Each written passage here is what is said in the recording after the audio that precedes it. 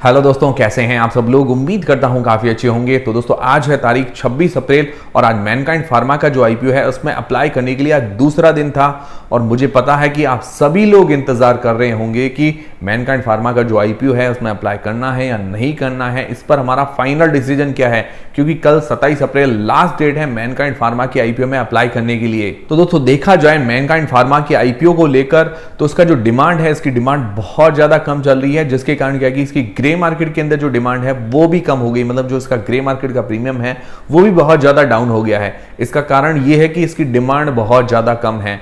तो उसको जो टोटल दूसरे दिन सब्सक्रिप्शन मिला है 0.88 गुना, 0.88 मतलब 0.88 टाइम्स, मतलब पूरा एक गुना भी अभी तक 2 दिन के अंदर सब्सक्राइब नहीं हुआ है। जिस हिसाब से कंपनी की रेप्यूटेशन चल रही है, मतलब जो फार्मा सेक्टर के अंदर मैनकाइंड का काफी अच्छा नाम है, पर फिर भी सब्सक्रिप्शन देखें तो बहुत ज्यादा कम चल रहा है। तो 0.88 गुना ये टोटल सब्सक्राइब हुआ है, मतलब 88% सब्सक्राइब हुआ है, पूरा 100% सब्सक्राइब नहीं हुआ है। 100% होता है तब एक गुना माना जाता है। तो टोटल 4326 करोड़ रुपए इसका इश्यू साइज है, मतलब 4326 करोड़ रुपए इश्यू साइज है।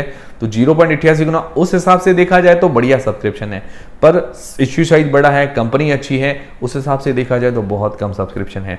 हालांकि अभी तीसरा दिन बाकी है, तीसरे दिन अच्छा सब्सक्रिप्शन हमें देखने को मिलेगा, पर फिर भी आज की तारीख में बहुत ज्यादा कम डिमांड चल रही है। जो ग्रे मार्केट का प्रीमियम डाउन हुआ है तो ये इंडिकेट करता है कि इसकी डिमांड अभी मार्केट के अंदर काफी ज्यादा कम है। इसको जो सबसे ज्यादा सपोर्ट मिला है क्यूआईबी पोर्शन से, क्यूआईबी पोर्शन सब्सक्राइब हुआ है 1.86 गुना, मतलब 1.86 टाइम्स इसका जो क्यूआईबी पोर्शन है वो सब्सक्राइब हुआ है। क्यूआईबी के अंदर आते हैं क्वालिफाइड इंस्टीट्यूशनल बायर्स, जिसके अंदर बड़ी बड़ी बैंक है या म्यूचुअल फंड हाउसेस हैं, मतलब जो डोमेस्टिक म्यूचुअल फंड्स हैं या बाहर के जो म्यूचुअल फंड है या जो पेंशन प्लान है, जो इंश्योरेंस कंपनी है, ये सारे क्यूआईबी के अंदर आते हैं। और अगर बात करें एंकर इन्वेस्टर्स की, तो एंकर इन्वेस्टर्स के अंदर भी काफी बड़े बड़े नाम हैं इस आईपीओ को लेकर। अगर फॉरेन इंस्टीट्यूशनल इन्वेस्टर्स की भी बात करें तो उसके अंदर भी काफी बड़े बड़े नाम हैं, मॉर्गन स्टैनले, ब्लैक रॉक और भी काफी सारे बड़े नाम हैं, कैनेडियन पेंशन प्लान, ये सारे इसके एंकर बुक के अंदर है। उसके अलावा डोमेस्टिक म्यूचुअल फंड्स की भी बात करें तो भी काफी बड़े नाम है, Tata mutual fund, HDFC, SBI mutual fund, Axis mutual fund, Aditya Birla Sun Life mutual fund, Nippon mutual fund, ये सारे इसके एंकर बुक के अंदर शामिल है। पर फिर भी जो डिमांड है वो बहुत ज्यादा कम चल रही है, स्पेशली अगर बात करें एचएनआई पोर्शन के द्वारा और बात करें रिटेल पोर्शन के द्वारा, इन दोनों के द्वारा डिमांड जो है बहुत ज्यादा कम चल रही है। तो एचएनआई मतलब एनआईआई पोर्शन जो सब्सक्राइब हुआ है 1.02 गुना, तो एनआईआई पोर्शन जो है पूरा सब्सक्राइब हो चुका है और क्यूआईबी पोर्शन भी पूरा सब्सक्राइब हो चुका है, जिसके अंदर बिग एचएनआईज, जो बड़े एचएनआईज होते हैं 10 लाख से ऊपर की एप्लीकेशन लगाते हैं, उन्होंने 1.21 गुना सब्सक्राइब किया है और स्मॉल एचएनआईज ने 0.64 गुना सब्सक्राइब किया है। तो स्मॉल एचएनआईज जो है वो अभी तक अंडर सब्सक्राइब पड़ा है ये पोर्शन स्मॉल एचएनआईज वाला। और फिर रिटेल पोर्शन की बात करें तो 0.25 गुना, मतलब रिटेल पोर्शन सिर्फ 25% ही सब्सक्राइब हो पाया है, मतलब 75% अभी तक सब्सक्राइब होना बाकी है रिटेल पोर्शन। मतलब दूसरे दिन तक ये हाल है, मतलब रिटेल पोर्शन जनरली दूसरे दिन तक 50% से ऊपर तो सब्सक्राइब हो ही जाता है, पर अभी तक 25% है, तो ये थोड़ी चिंताजनक बात है। और टोटल ये 0.88 गुना सब्सक्राइब हुआ है। जो सबसे ज्यादा सपोर्ट मिलता हुआ नजर आ रहा है क्यूआईबी पोर्शन से। और देखिए दोस्तों, जब भी लिस्टिंग गेंस हमें कैसे मिलता है, लिस्टिंग गेंस तभी मिलता है, तो क्यूआईबी पोर्शन तो सब्सक्राइब होना ही चाहिए, क्यूआईबी पोर्शन अच्छा सब्सक्राइब है ही। एंकर बुक के अंदर भी काफी बड़े बड़े नाम है, पर जनरली जो लिस्टिंग गेंस मिलता है उनमें एचएनआई पोर्शन जो होता है, जो एनआईआई पोर्शन होता है, नॉन इंस्टीट्यूशनल इन्वेस्टर्स जो होते हैं, वो क्या है कि जनरली लिस्टिंग गेंस के लिए ही अप्लाई करते हैं। मतलब वो ब्याज पे पैसे लेते हैं, उसके बाद उस आईपीओ में लगाते हैं, उससे थोड़ा क्या है कि ज्यादा प्रीमियम मिलता है, ज्यादा लिस्टिंग गेंस अच्छा मिलता है, तो वो क्या है कि अपना ब्याज भी चुका पाते हैं और आगे क्या है कि उन्हें लिस्टिंग गेंस भी मिल जाता है। तो जनरली क्या है कि जो एनआईआई पोर्शन है, जिस आईपीओ के अंदर ज्यादा इंटरेस्टेड रहते हैं, तो उस आईपीओ के अंदर हमें लिस्टिंग गेंस भी अच्छा देखने को मिलता है। और उसके अलावा रिटेल पोर्शन भी काफी अच्छा सब्सक्राइब होना चाहिए। इन दोनों पोर्शन के अंदर जो डिमांड है वो कम होने के कारण क्या है कि ग्रे मार्केट का प्रीमियम भी काफी ज्यादा डाउन आ गया है। जो ग्रे मार्केट का प्रीमियम शुरुआत के अंदर 100 रुपए के आसपास चल रहा था, फिर 70 रुपए के आसपास हो गया, और अभी की अगर बात करें तो इसका जो ग्रे मार्केट का प्रीमियम है काफी ज्यादा डाउन हो गया है। सिर्फ 28 रुपए पर शेयर इसका ग्रे मार्केट का प्रीमियम चल रहा है। 28 रुपए पर शेयर है, 13 शेयर का ये लॉट है। तो 364 रुपए हमें एक लॉट पर आज की तारीख में फायदा बता रहा है। परसेंटेज वाइज सिर्फ 2% जैसा ग्रे मार्केट का प्रीमियम है।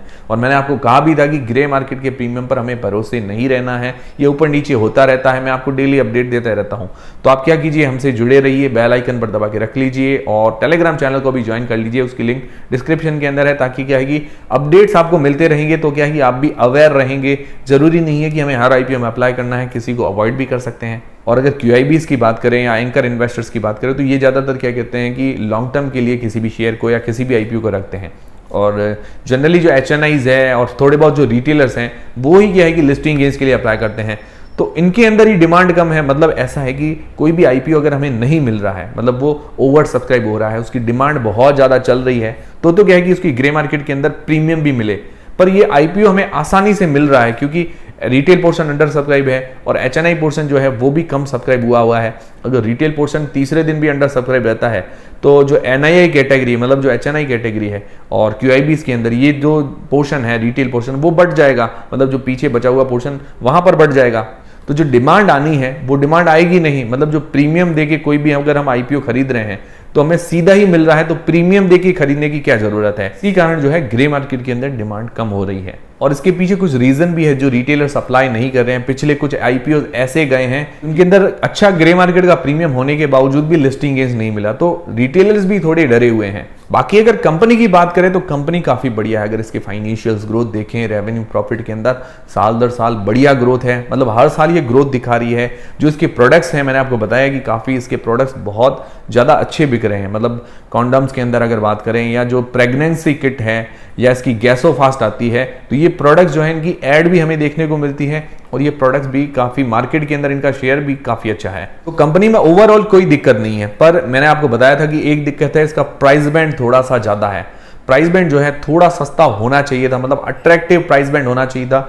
अट्रैक्टिव वैल्यूएशंस अगर होती है तो क्या है कि बाकी इन्वेस्टर्स भी अट्रैक्टेड रहते हैं, अप्लाई करने के लिए सोचते हैं। तो वैल्यूएशंस गैप होना चाहिए, मतलब जो लिस्टिंग गेन्स हमें मिलना चाहिए उसके लिए थोड़ा गैप छोड़ना चाहिए था, मुझे लगता है, और सस्ता होना चाहिए था। मैंने शुरुआत के अंदर भी पहले दिन भी आपको कहा था कि थोड़ा और सस्ता होना चाहिए था। पर अब देखो इसके अंदर ये भी सोचने वाली बात है कि इसके अंदर जो एंकर पोर्शन अगर आप देखें तो इसके अंदर FIIs, DIIs या डोमेस्टिक म्यूचुअल फंड वाले हैं, तो उन्होंने काफी ज्यादा अप्लाई किया। मतलब बड़े बड़े नाम है इसके अंदर, तो मतलब जो बड़े इन्वेस्टर्स हैं वो इसके अंदर काफी ज्यादा इंटरेस्ट जता रहे हैं। कुछ रिसर्च करके ही बड़े इन्वेस्टर्स आते हैं। QIB से काफी अच्छा सपोर्ट मिल रहा है, तो हो सकता है मीडियम टर्म या लॉन्ग टर्म में थोड़ा बहुत फायदा हमें देखने को मिल जाए।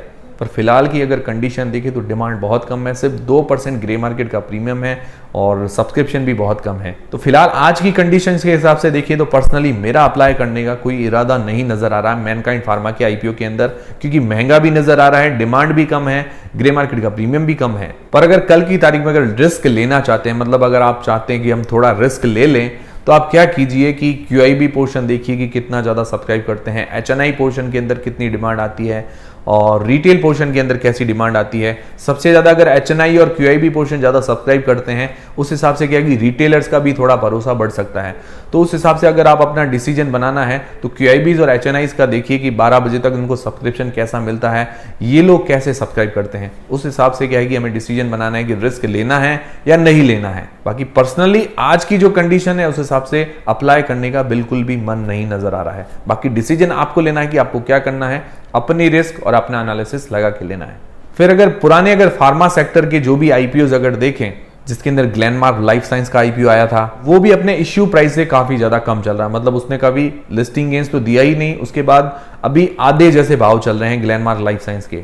फिर विंडलास बायोटेक, ये भी आधे भाव पर चल रहा है। सुप्रिया लाइफ साइंस, इतने लिस्टिंग गेन्स तो अच्छा दिया पर ये भी बहुत ज्यादा डाउन चल रहा है, अपना जो इश्यू प्राइस है उससे भी डाउन चल रहा है। फिर दोस्तों ग्लैंड फार्मा भी अभी काफी ज्यादा डाउन चल रहा है अपने इश्यू प्राइस से।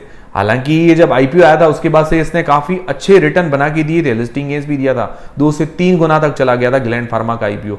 पर अभी जो इसका भाव चल रहा है इसके इश्यू प्राइस से भी कम चल रहा है। फिर उसके अलावा लॉरस लैब, वो भी इतना कोई खास रिटर्न नहीं दे पाया। तो अभी अगर फार्मा सेक्टर की हिस्ट्री की भी बात करें तो जो ये फार्मा सेक्टर के शेयर हैं ये ज्यादा रिटर्न बना के नहीं दे पाए हैं। अब अगर सेक्टर वाइज कंपैरिजन करें, जो IT सेक्टर है अगर या फार्मा सेक्टर, ऐसे कंपैरिजन करें तो IT सेक्टर के शेयर्स ने काफी बढ़िया रिटर्न बना के दिए, पास्ट रिटर्न देखें। पर फार्मा सेक्टर के जो भी आईपीओ आए थे पिछले 2-3 साल या 4 साल के मैं बता रहा हूं, तो उन्होंने कोई खास रिटर्न बना के भी नहीं दिए है। हालांकि जो अपना इश्यू प्राइस है उससे भी कम चल रहा है, मतलब लॉस के अंदर चल रहे हैं। तो उस हिसाब से अभी के लिए अगर डिमांड अगर अच्छी होती, इसका ग्रे मार्केट का प्रीमियम अच्छा होता, इसको सब्सक्रिप्शन अच्छा मिल रहा होता, मतलब जो आईपीओ है उसके लिए होड़ मची होती, तो क्या है कि हम सोच सकते थे इस आईपीओ में अप्लाई करने के लिए। बाकी वैल्यूएशंस भी अच्छी होती, अगर मतलब जो सस्ते भाव में अगर मिल रहा होता, ये आईपीओ अगर 500 के भाव के आसपास मिल रहा होता, तो वैल्यूएशंस अगर सही होती तो फिर भी हम सोच सकते थे इस आईपीओ में रिस्क लेने की। पर वैल्यूएशंस भी महंगी है, सारी चीजें क्या है कि अभी फेवर के अंदर नजर नहीं आ रही। बाकी कंपनी अच्छी है, कंपनी के अंदर कोई भी खामी नहीं है।